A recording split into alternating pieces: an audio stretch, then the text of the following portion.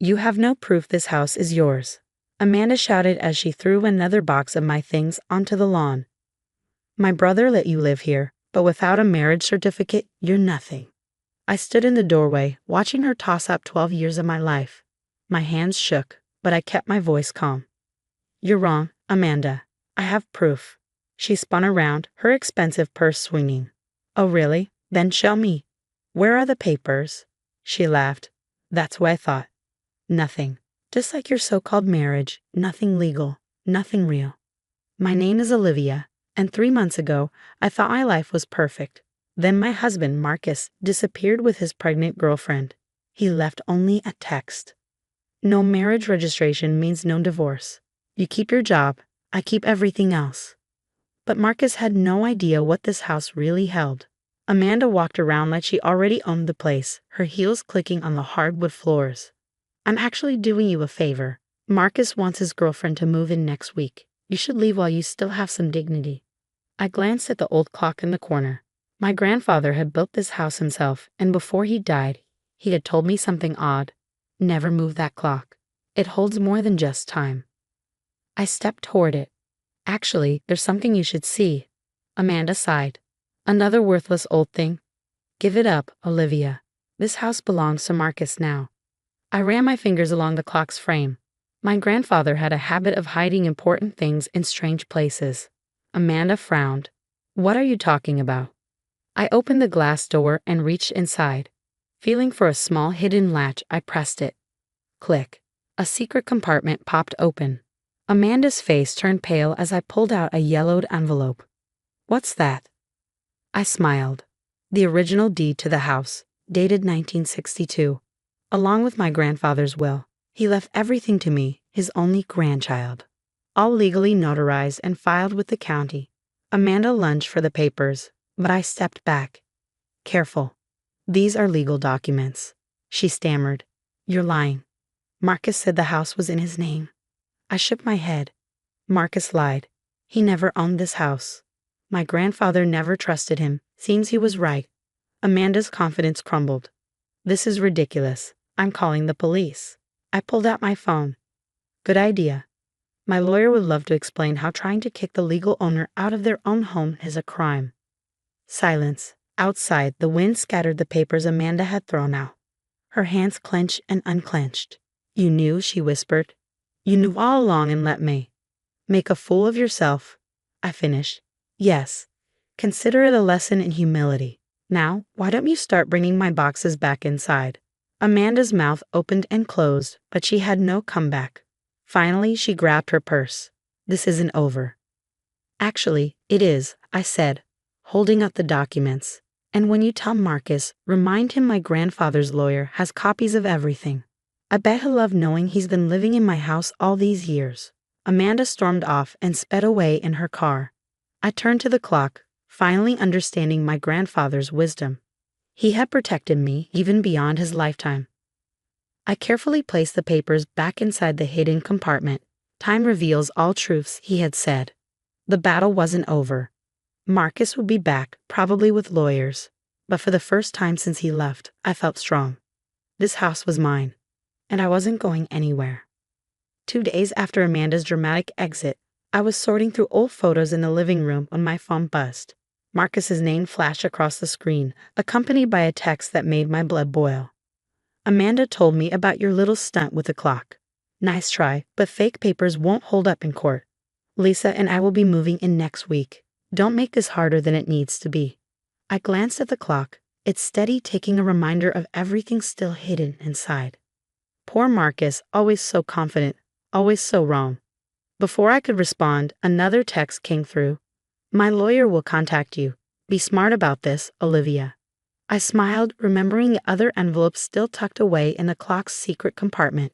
Grandfather hadn't just left me property deeds, he'd left me insurance.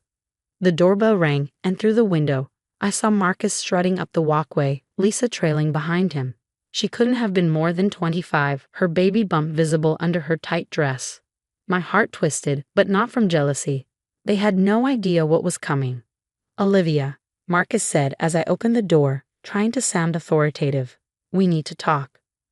I leaned against the doorframe, blocking their entry. About what? How you abandoned our 12-year relationship with a text message, or about how you sent your sister to do your dirty work? Lisa stepped forward, her hand protectively over her stomach. Look, we don't want any drama. Just accept that it's over and leave. That's right, Marcus added, pulling out some papers.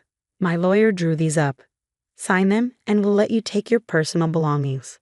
I took the papers, pretending to read them. Let me? That's interesting, considering this is my house.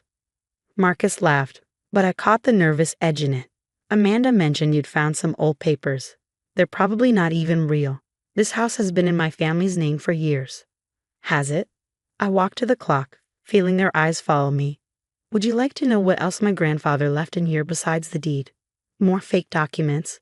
Marcus scoffed, but he stepped closer, curiosity getting the better of him. I opened the clock's hidden compartment again, this time removing a different envelope. Actually, these are bank statements, from an account you opened 3 years ago. The color drained from Marcus's face. Lisa looked between us, confused. An account, I continued, where you've been transferring company funds. Money that isn't yours to take. My grandfather was a founding board member of that company, remember? He kept tabs on everything, even after retirement.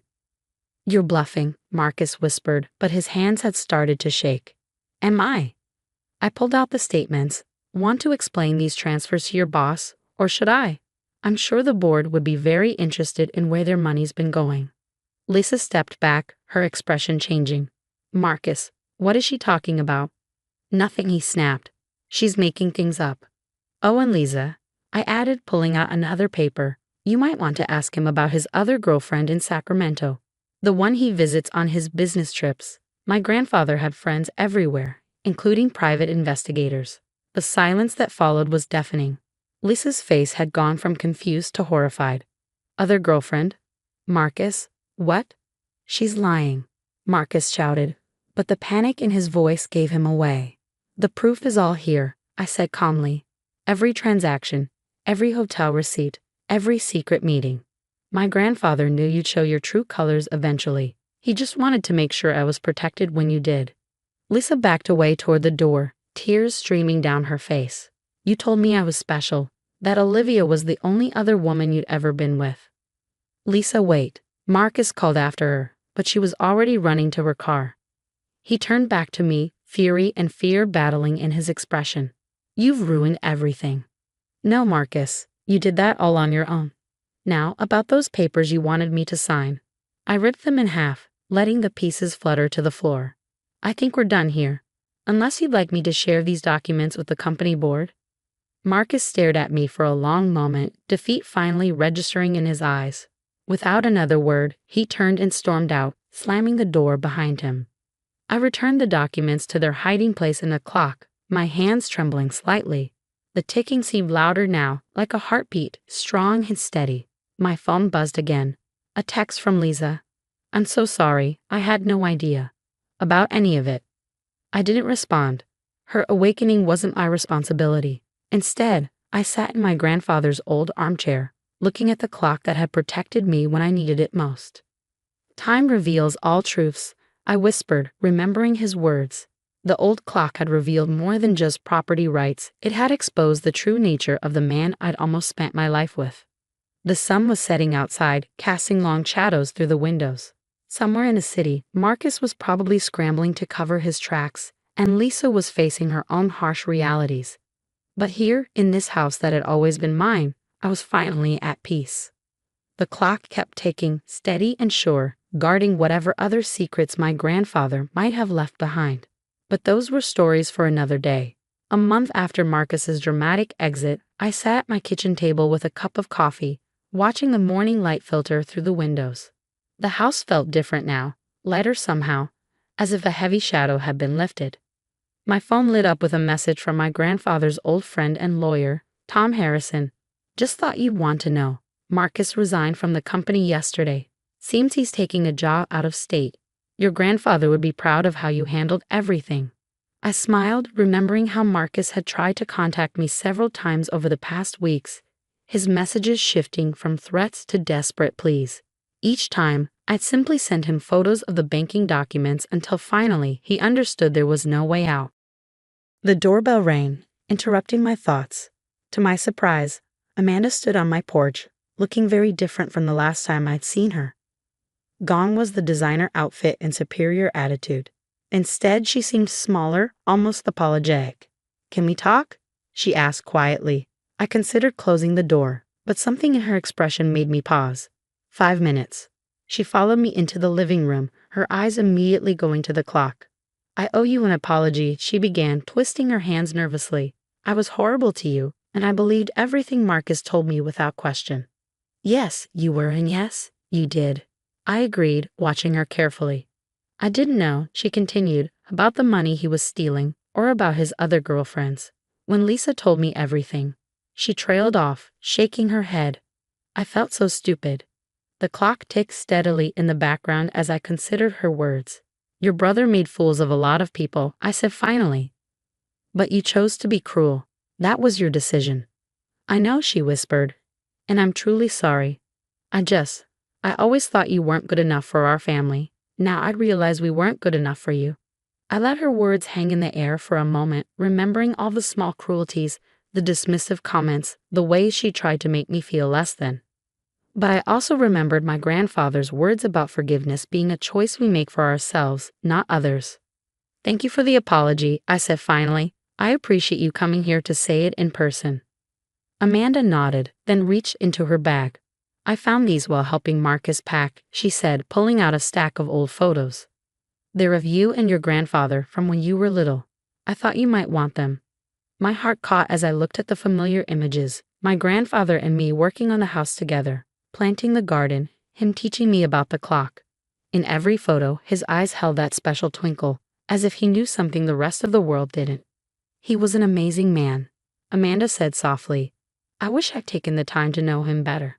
As she left, I placed the photos on the mantel beside the clock. Its steady ticking had become a comfort now, a reminder that time indeed reveals all truths, but it also heals all wounds. Later that evening, as I sat in my grandfather's old chair, I opened the clock one last time. Behind the compartment holding the deeds and bank statements, I found one final envelope I hadn't noticed before.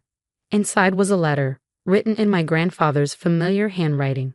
"My dearest Olivia, if you're reading this, it means you've discovered what the clock holds and you've needed its protection. I'm sorry you had to face such difficulties, but I'm proud of the strength I know you've shown. Remember, a house is more than just walls and deeds. It's a home for your spirit, a shelter for your dreams. I built this place not just with lumber and nails, but with love and hope for the future, your future. The clock will always keep time for you, marking not just hours and minutes, but moments of courage, growth, and truth. Let its steady ticking remind you that you are stronger than you know, wiser than you believe, and more loved than you can imagine. Take care of our home, my darling girl, and know that I'm always with you in every tick and talk of our faithful timekeeper. All my love, Grandfather." I carefully folded the letter and returned it to its hiding place. Outside, the sun was setting, casting golden light through the windows. The house felt alive with memories, not just of the recent drama, but of all the love and wisdom my grandfather had built into its very foundation. The clock kept its steady rhythm, marking not just the end of one chapter, but the beginning of another. My chapter, in my home, on my terms. Time, as my grandfather always said, reveals all truths. But sometimes, if we're lucky, it also reveals exactly who we were meant to be all along.